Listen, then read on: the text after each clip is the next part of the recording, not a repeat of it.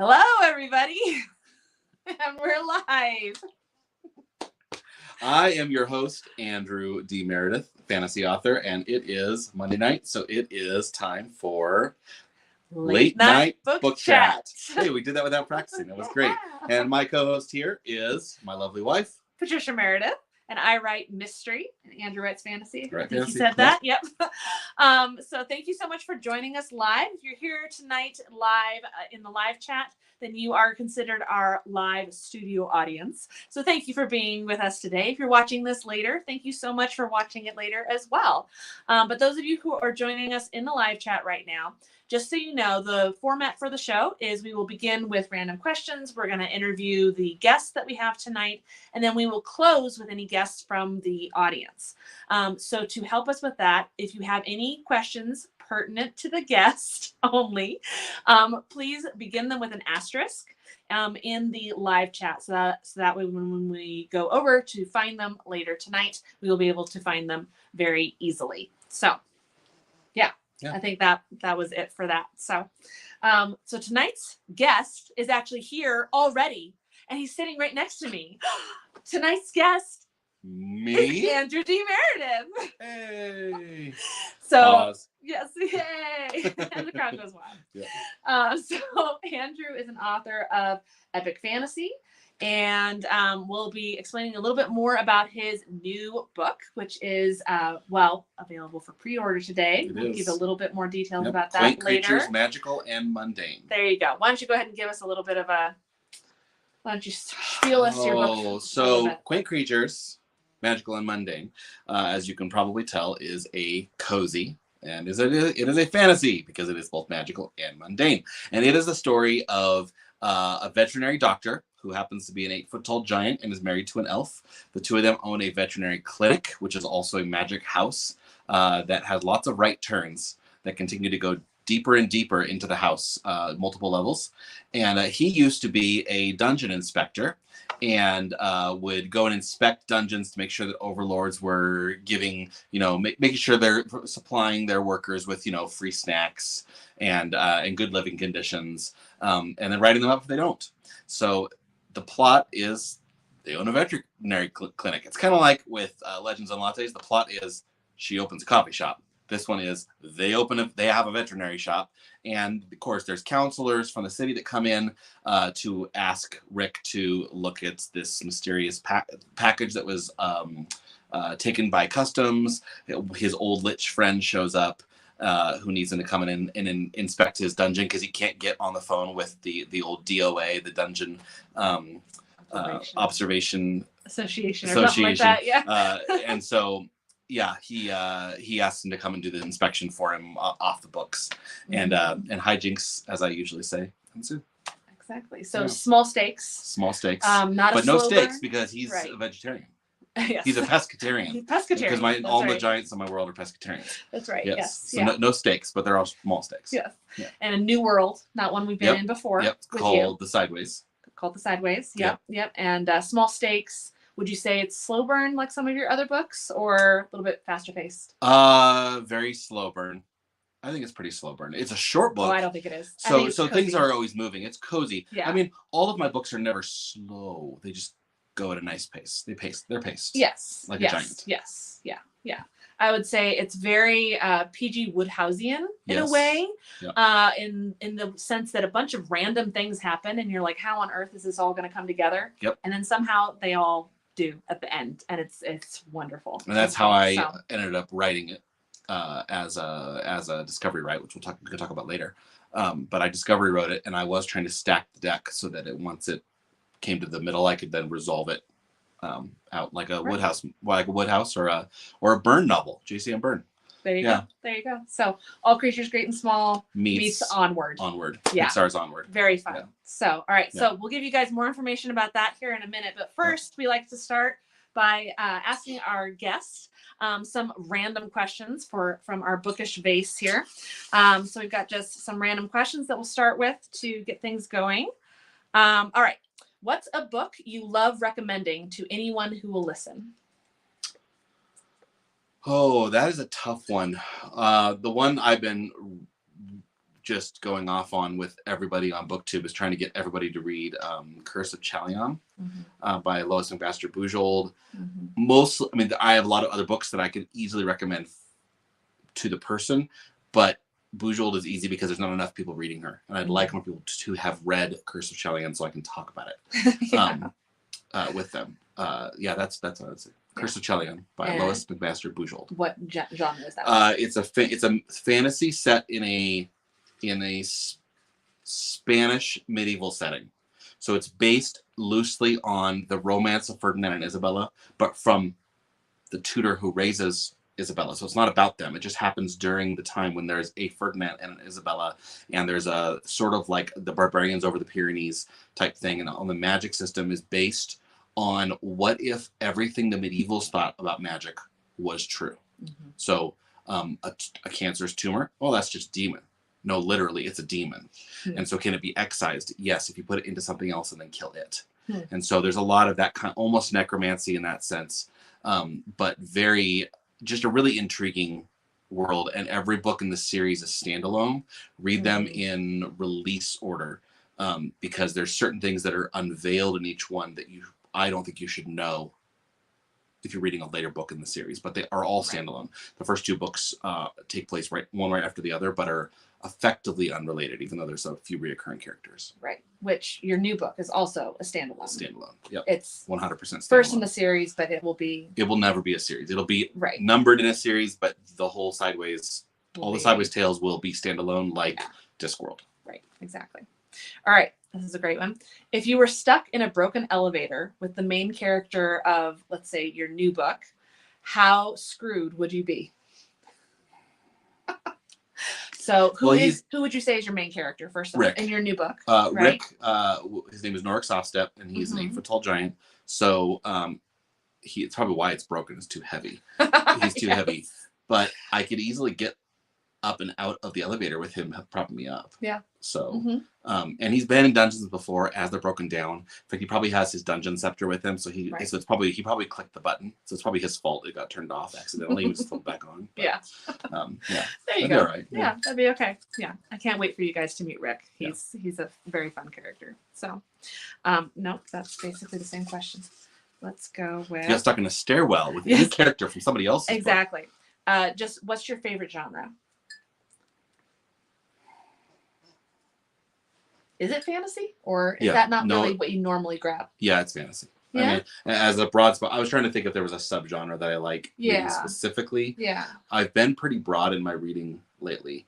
I still am more likely to go to an epic fantasy. So yeah, epic fantasy. Epic fantasy specifically genre, because subgenre? But I'll read a lot across other genres. For instance, I wrote a cozy fantasy. I haven't read hundreds of cozy fantasies. Right. But that's because they just started coming out, really. Yeah. All right. Pirates or mermaids? I don't know what for, but pirates or mermaids? Let's go. I'll go mermaids. Mermaids? Yeah. Why? Well, if I encounter them, I'm assuming I get to go see their world. Yeah. Whereas, and it will stink a lot less because they can't smell anything under the water. Okay. Pirates. You don't think fish can smell? Well, yeah. Can fish smell? Well, yeah. I mean, you're just breathing in fish pee all the time, but fish pee in you all day. All right. Last question. Okay. Would you rather read a book with an unclear ending that makes you wonder what the author meant, or one with a heartbreaking ending? I assume by the way that it's written that it was a good ending, but you weren't sure what they meant, meaning it's going to leave you thinking. And so I would take that one. Yeah. As opposed to just a badly written ending would be a very different thing. It's just a broken ending. What? A heartbreaking ending. So something that makes you feel. No, I want heartbreaking in the middle. Yeah. So I have time to recover. Yeah. I'll take the mystery at the end because it's probably something where I'm going to spend a lot of time thinking about it. Okay. And coming back to it, thinking about it, a lot of shower thoughts. Yeah. Yeah, exactly. All right. So I think the next thing on the docket is to do some cover reveal. So thank you everyone who is joining us and hopping on and commenting. Thank you so much. So are we ready to reveal your cover so you can talk a little bit more about I it? think so. All right. Okay. All right. So here's the cover by way of a little video. Ready? Here we go.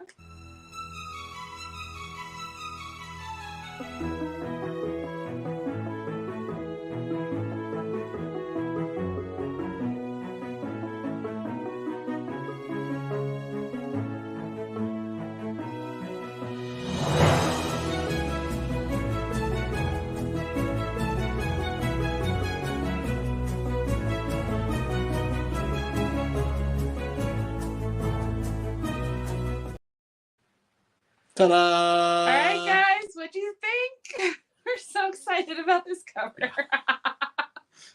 It has been, I'm so glad that you're going to share more about your process because he's been working on this for basically as soon as the book was done.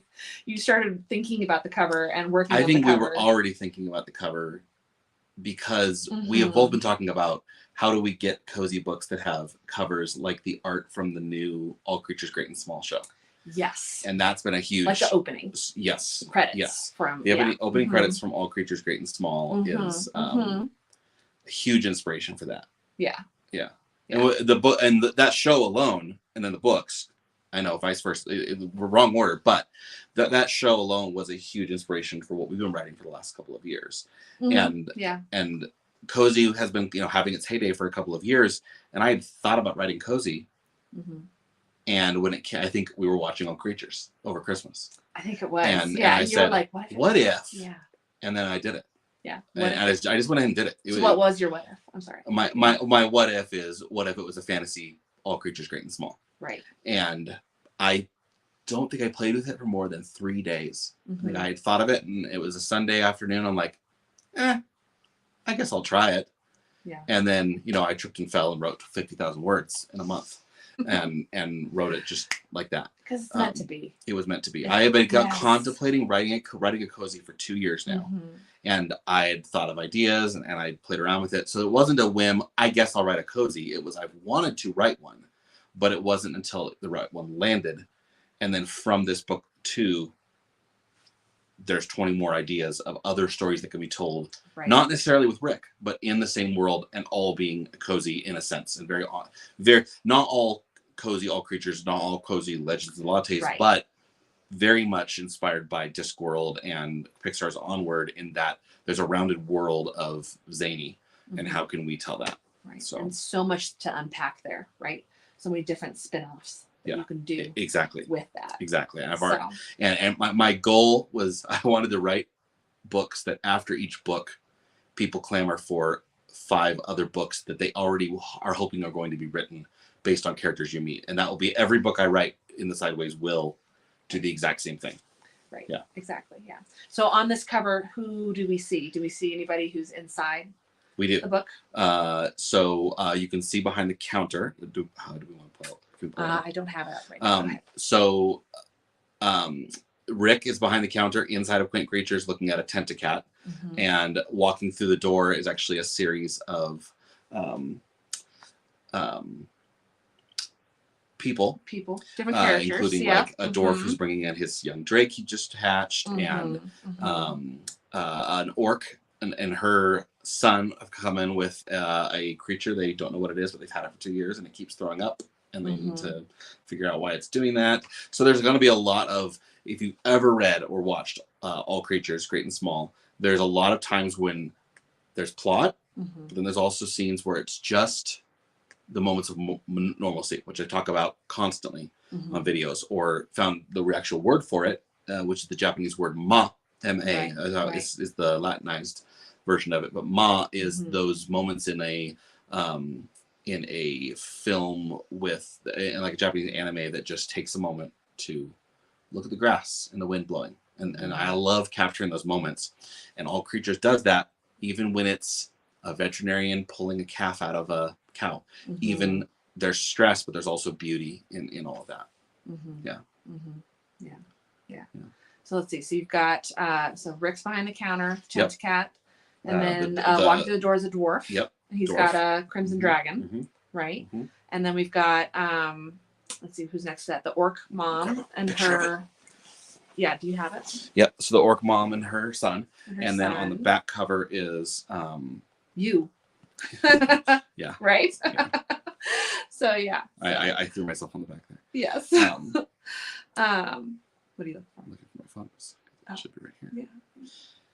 Yeah. And then the Everdread, right? Everdread, Who yes. is the Red Panda. So tell you what, while we're looking for this, why don't you watch this little video about his process, right? Yes. About your drawing Because process. before you go to there, yes. I made the cover. I painted it myself and then moved it, and well, you'll hear now how I came about it. Awesome. Yeah. All right. So here we go. Yeah, so I wanted to show you a little bit of my process. Hold on. User error. Sorry guys. Here we go. Yeah, so I wanted to show you a little bit of my process of how I put together the cover for Quaint Creatures. So one of the first things I did is I did some painting. I got out my old comic book paper from years past and drew and then painted with gouache color each of the characters that are on the cover. So the Dread, the Red Warrior, and an Oculus Obscura. I also painted Rick, and he's going to go behind the counter. And then I did the counter.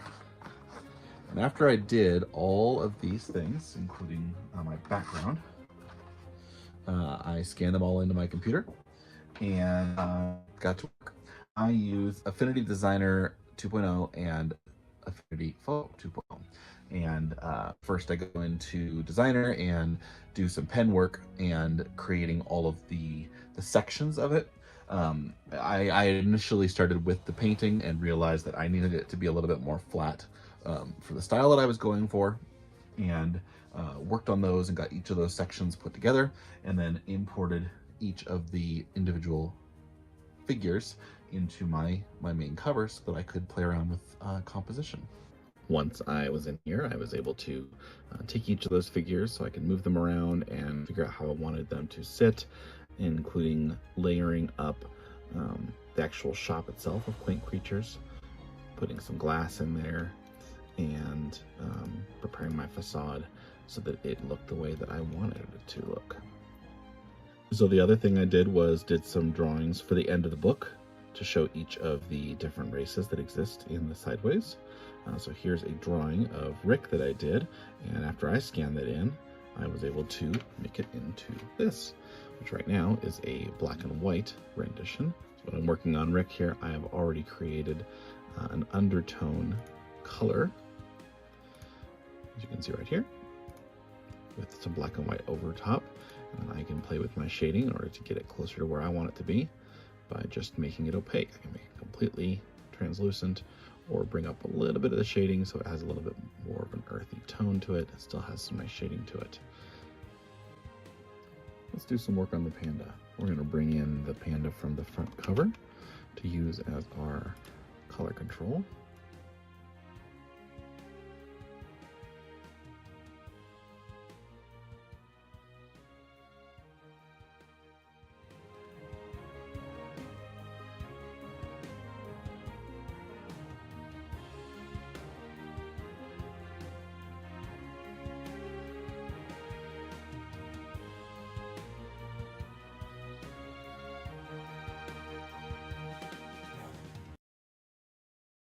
There we go. There we go. So that's a bit of my process. There Things that I've learned over the last couple of years, just things that I kind of always knew how to do. And it's kind of like with Indie Pop. Mm-hmm. There's a learning curve. There's a learning curve. Mm-hmm. And we thought about going trad and realized I don't want to go indie. It's a lot of work. We eventually went indie because we knew we had time for the work. It's the same thing with doing art, is not you don't always have time to do the art. And so, you find other means. You hire somebody. You do what you have to do to create a cover. Right. And in this case, we had already been talking about trying to figure out how to do that style of art. The style, right? Specifically. Yeah. And now we're both working on it. and writing books more to match later, the covers. and So, from this one, yeah. and so I just did it. I said, you know what, I'm going to see what happens. And again, the worst that can happen is I got to play with gouache for a couple of days, and ended up losing all that work because I then had to scan it all in and by hand repaint it again on Affinities, which is what I use, not which is a Photoshop type program. Yeah. It was worth it. It was worth it to have painted it and said, nope, it needs to be flatter. I need flat objects. So I did that. I was very happy with it. It looks like everybody's very pleased with it, and very me yes. too. I love all the cuteness. They're so cute. So let's see. Yeah, this is what he was talking about. So Different people. there's a little elf over here on the side that may or may not be wearing my hat. Yes. He's never described, but his oculus, which is nearsighted, ends up keep running himself into a wall, and Rick has to figure that out, and he does. Yes. So yeah. Lots of different random. So many references. She always gets comments on her Christmas one, and I was like, hold my beer. Yes. I'm gonna make some D&D references all the way through. Yes. You know, not just D&D, but you know, any RPG, any plays with animals, but it is different. It's a new world because like we've got red panda people and which was a process to put in Yeah. place, because originally I was going to have them be hobgoblins and thought, what if hobgoblins were red pandas? I know hobgoblins are trademarked, but you know, you always have to worry about like is that oculus possibly a beholder? No, it's not. It doesn't have big gnashy teeth, so it can't be a beholder, right? Right. It's different. So definitely playing around with keeping things from being too close to anything that could be construed as trademark. And then so as a result, as we did world building for this world, I ended up replacing a ton of odd races with let's just do some anthropomorphics because they're fun. Yeah. And so we got a whole slew of them from, like you said, pangolins and kangaroos and basically all of our favorite animals. All of our rhinos haven't made it in. Rhinos, but I have another book someday I'm going to put rhinos in. Absolutely. Yes. Yeah. Because part of the goal with this one too was that we could read it to our kids. Yes. Right. Which so I did. It's definitely, it's not a kid's book. No. But you can hand this to a 10-year-old that can read, and they're going to have fun. They're not going to get all the references. They're not going to know what a lich is or why there's skeletons walking around wearing shades and driver's caps. But but they can. Yeah. So it's lots of fun. Yeah.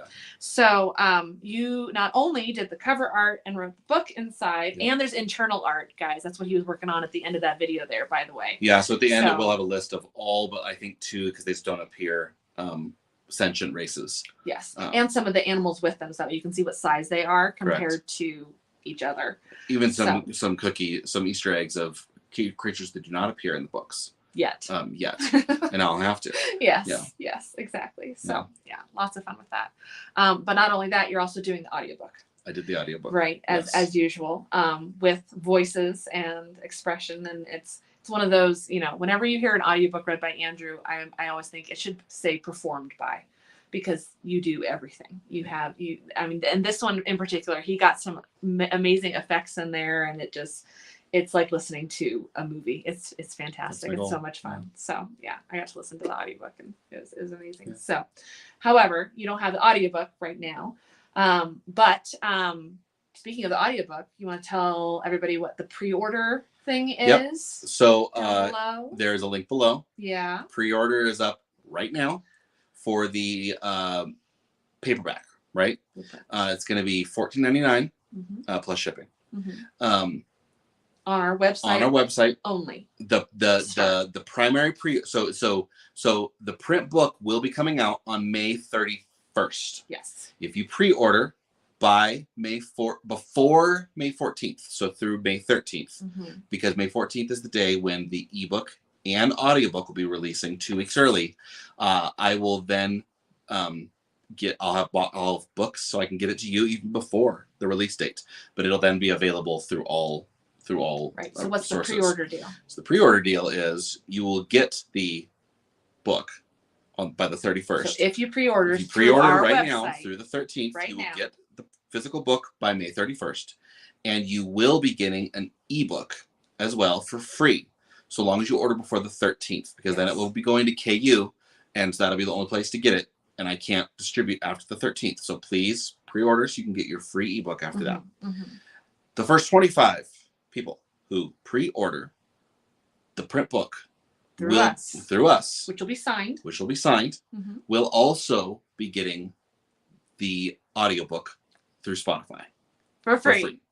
Okay. So order now. Order now. One easy installment of $14.99 plus That's shipping.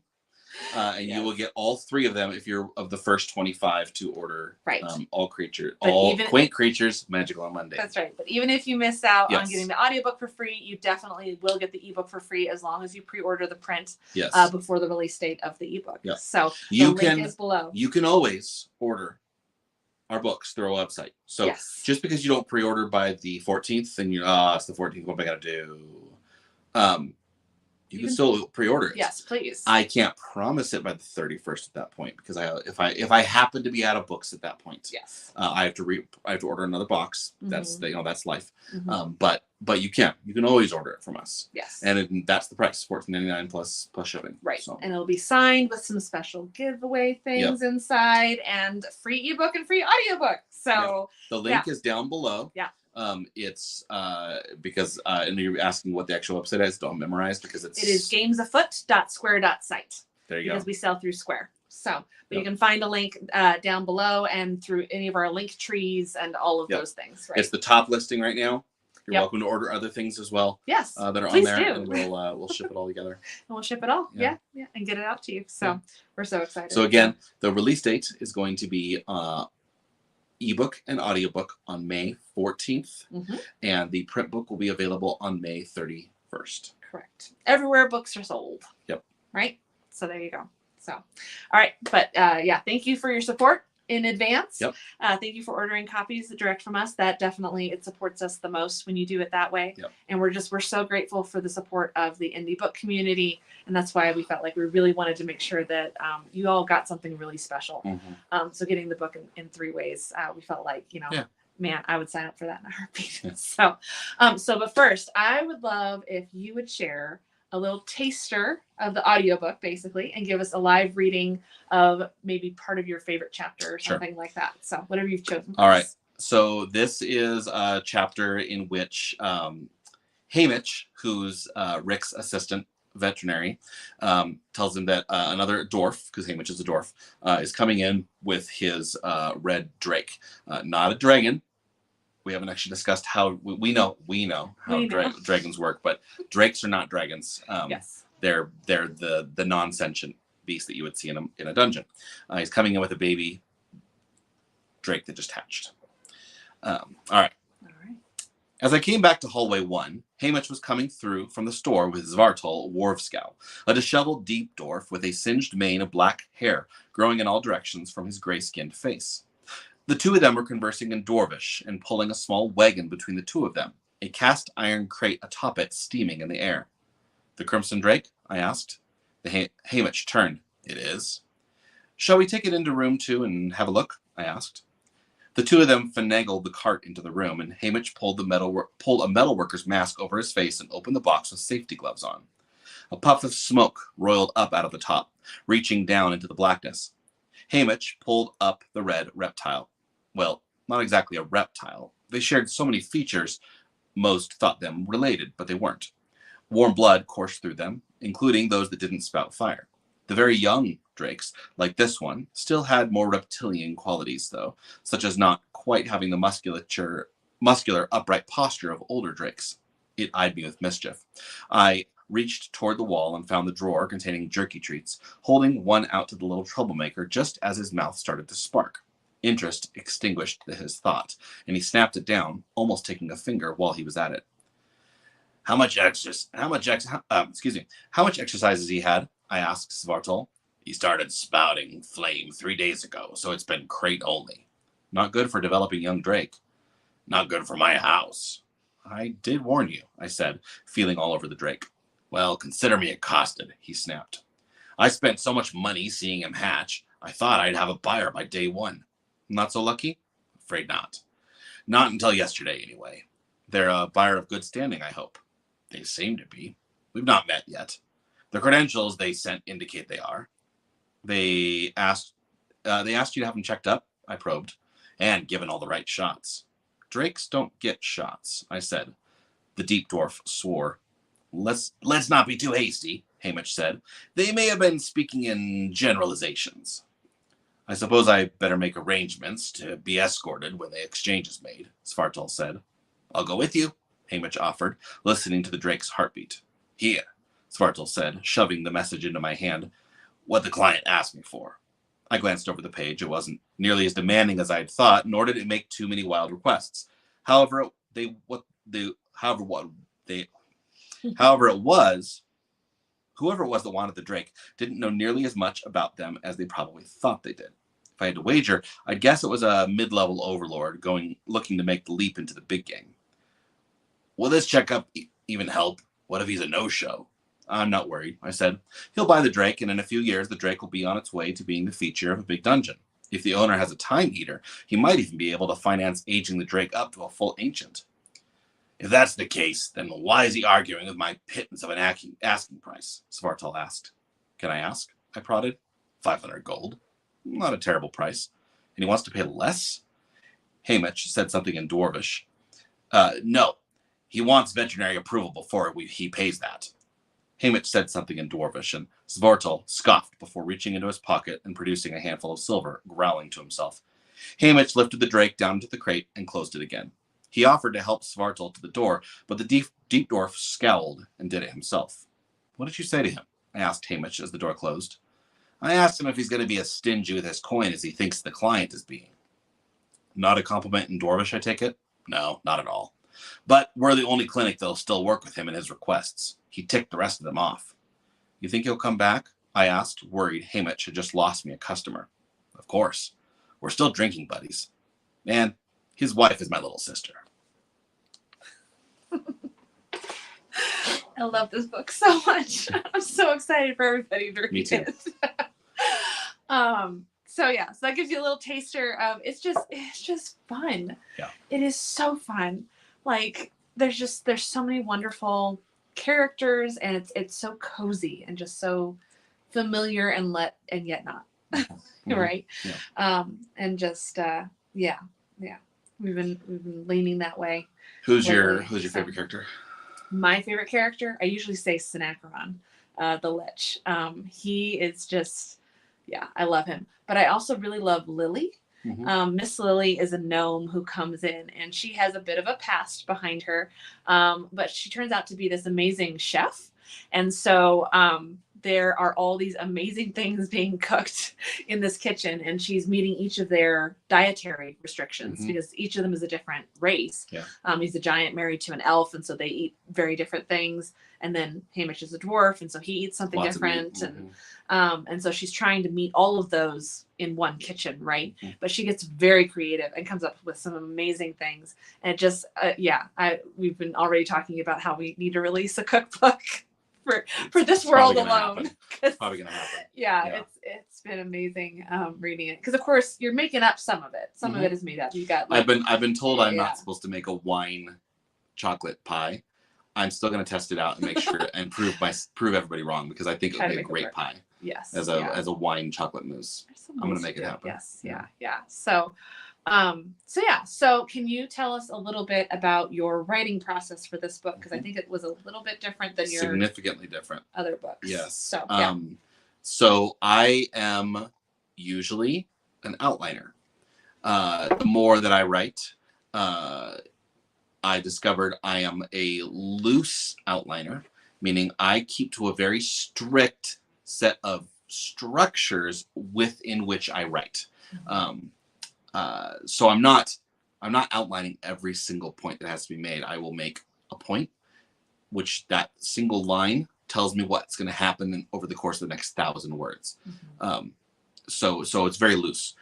So there's always room for me to be an exploratory or discovery writer. But in the past, when I've done discovery writing, it stresses me out a lot. And it's been very irritable because it's like being on a roller coaster that never ends, and it's not fun because there's no end. And I'm just feeling sick. So this one I discovery wrote by accident. I knew it was only going to be 50,000 words. That was my goal, was to create a short, very short novel, the length of a Larry McMurtry, a Robert Parker, a cowboy novel, something that's going to be a quick penny novel. That's what I wanted to write, something short and quick that I could be in and out, yet still have a full plot that was going to occur. Packed. Yeah. There is so much that happens in 50,000 words. It's Yeah. amazing what you fit in there. The world building alone. Yeah. You know, what normally takes you 150,000, you did in 50. Yeah. So it's amazing. Yeah. Go ahead. I've discovered in my writing that I often hit a wall around the 30,000 word mark. So if you write a 50,000 word book, you don't really have an excuse at 30,000 because you're basically done. So you got to finish it.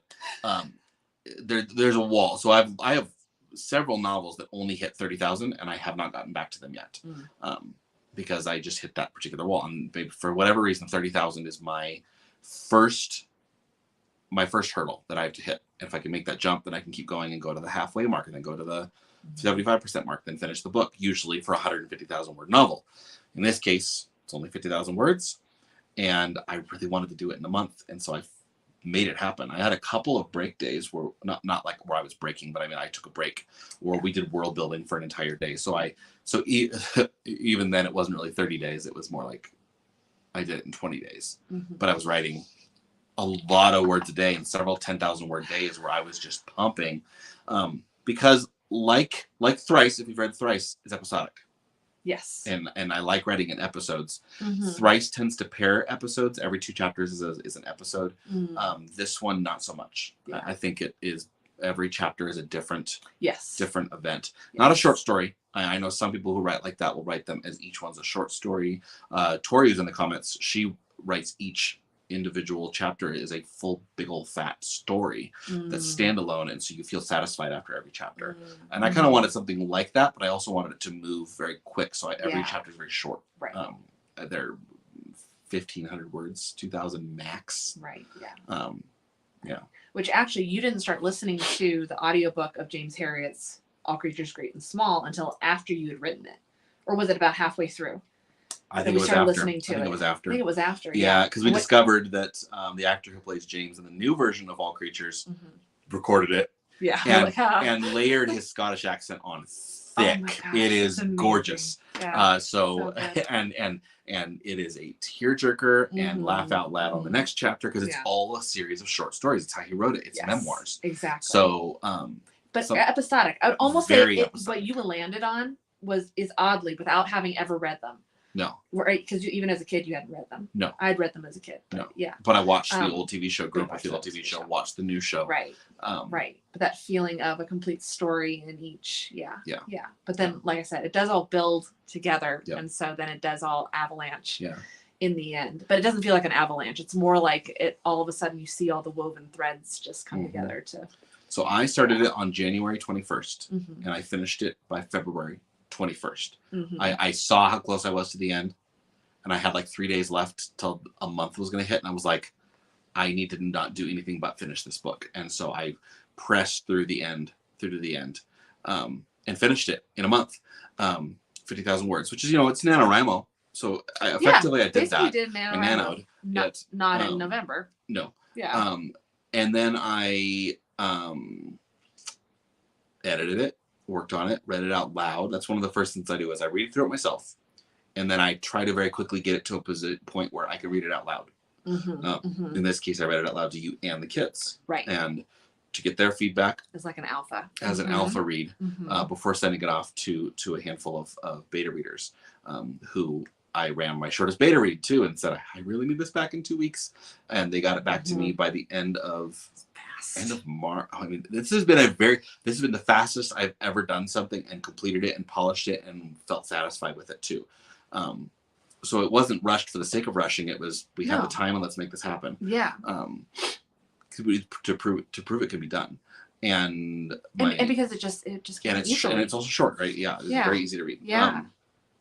So I got it back Easter and you ran your edits. So you edited it this time, which you don't usually do. Which also made it easier. Yeah. Normally I don't edit his books. I felt like I could handle this one because it's a cozy and it's short and sweet. And I don't know. I loved it so much. And also I've grown. And yes. So if he's a better writer. She edits in the past, it's a lot of why are you even doing this to me? Which I don't blame her. And It's- this time yes. it was our everything was intact. It was. It was. I very still have well all my done. fingers. They're all here. Yeah. Yeah. I have a list of things that he has to check before he gives me another Yeah, manuscript. probably. I don't doubt it. But it's okay. We ended up. It was good. Yep. So, And then you finished that, and I started recording it. Yeah. And I recorded it in a couple of days, and then spent a whole week. Well, actually, I got it recorded and edited in 1 week, which is yeah. also really fast. Astonishing. Even though it's a third the length of Collation, which Yes. Collation audiobook can easily take me a month. Mm-hmm. 3 weeks is pushing it. Mm-hmm. That's 3 times as long. Right. So right. So it's still a miracle that I finished it in a week. It is. But how long is the audiobook once it's done? It should be about 5 hours. It's just shy of 5 hours. So it's just very Yeah. quick read, like a Terry Pratchett or a Western. Yeah.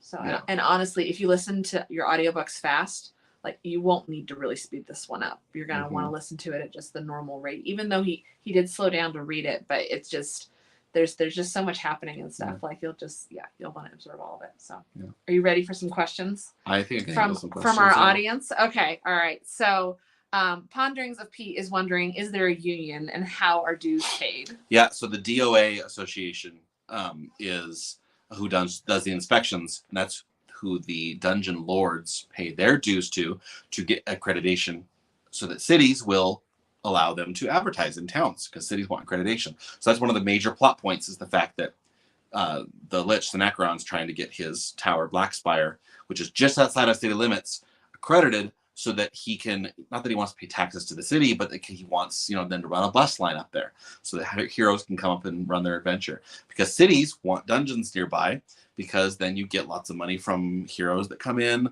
think in a future book I might have to deal with, is there an insurance people buy for heroes kicking pots, breaking pots in people's houses when they just come barreling through. So I'm probably going to deal with that in a future book. Heroes pay dues to heroes unions. And they will send torchbearers, who are NPCs, that will watch and make sure the heroes are doing good at their job, that aren't skipping on how much they're paying for their taxes and dues. So yes, I've started to build a whole economy around that. So yes, there are dues, and people pay them. And you have it all figured out. Yeah. And all of that. So, let's see. Alethea is wondering, what kind of creatures will we see? So. Yes. Yeah. There's Tentacats. He has a trademark gelatinous cube in his front parlor called a Slimoid that sits inside of a fish tank, and he uses it as a decomposter, and something to point out to little kids to scare them. He's got a bird. He's got a bird, Stymphalian, a bronze bird that he rescued from 2 dungeons, and that's actually why he's no longer with the DOA, because he realized that there was animal smuggling happening. Let's see, Tentacats are all over the place, and grapple rats. So those are both, obviously. I guess who tentacles. are the sentient races? Sentient races are so there were 2 worlds, the Hereways and the Thereways. And the Hereways may or may not have been our world, of which there were humans. And then it was discovered that there was a Thereways, which is where elves were. And they started interacting and magic, blah, blah, blah. Cataclysm, collapse, sideways. The sideways exists between both of those now catastrophically destroyed and damaged realms. Like a Venn diagram. Like a Venn diagram. The sideways is the actual livable places in between. But over the course of the time when humans finally discovered there was a Hereways and Thereways and move back and forth, other races have formed from those. So from the elves, you have fairies and gnomes and fairies and gnomes, and then humans, dwarves and brownies, and then humans that went over into the sideways became giants. And then there's the Vorpals, because the event that caused the 2 worlds to collapse is called the Vorpaling, and as people died, their souls jumped into animals. The animals became upright anthropomorphic creatures, and so you get your red panda warriors and which are called pandatars, and pangotars, which are pangolin farriers and kangatars and centaurs and Minotaurs and yeah.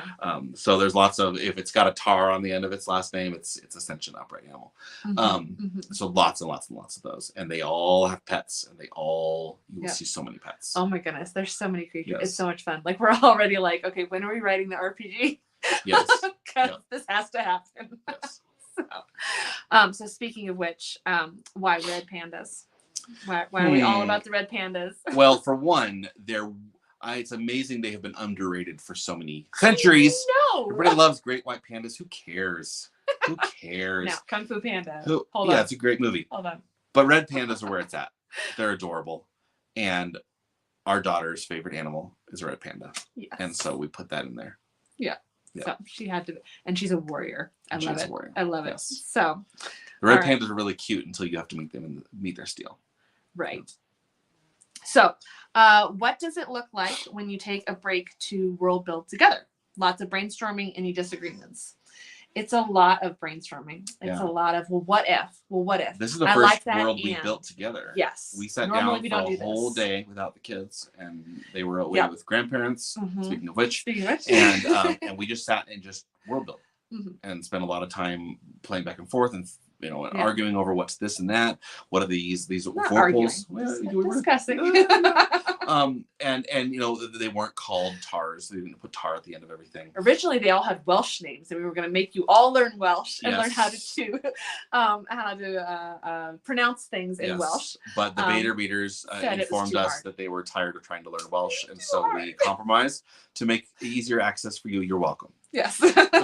And so we simplified the names for them. Yeah, but we've had a lot of fun. This is our first time world building, like you said. Yes. Normally, we're each working in our own worlds, and we thought, basically, he came up with this idea. He started talking about it, and I was already working on another story. That was a cozy fantasy. And basically I started reading his and I was like, well, wait a minute. Can I just put my story in your world? So you may see some books. And so we might actually have some crossovers. Yes. We'll see though, because he's writing at an alarming rate. And I've already got 2 more ideas I'm working on. So we'll see. But so far it's going well. Ponderings of Pete is going nuts over here, by the way. With all sorts of questions. So how much doing veterinarian things will we see? I feel like it's a lot. Yeah. Yeah. There's sequence points. I must have read the book while I was reading. Well, I must have read it. No, I think it's just based off the TV show. Yeah. Because the TV show set up. So there's plot. Yeah. But there's also times when I just take 3 chapters to just do clinic work, which may spark off more plot points. Right. So there will be veterinary work. And I ran it by my aunt who worked with sheep on farms and wanted to get just a good insight into whether I was, doing anything stupid with the animals. But really, it's fantasy. It's also fantasy, so I can make things up. But I still did research. I was still researching how would you deal with that? How do you deal with I won't go into I was going to say details. no, Okay. don't give anything away. Okay, so speaking of details, he's not going to give any more, but just so you know, Pete is asking all sorts of wonderful questions. Are there any tax benefits to accreditation? How is land zoning for dungeon work? There are literally busfuls of heroes that they can take to these dungeons to die. Well, there's a whole sub business. There's a whole sub business for clerics, right? Yes. And what do you do? Like, do you want to have a hazard that is electrical, which causes deep tissue damage, or do you want one that's topical, like fire damage or ice damage? And clerics might complain a little too much if they have to try to do a deep damage healing. So there will be ton, and this is only the first book.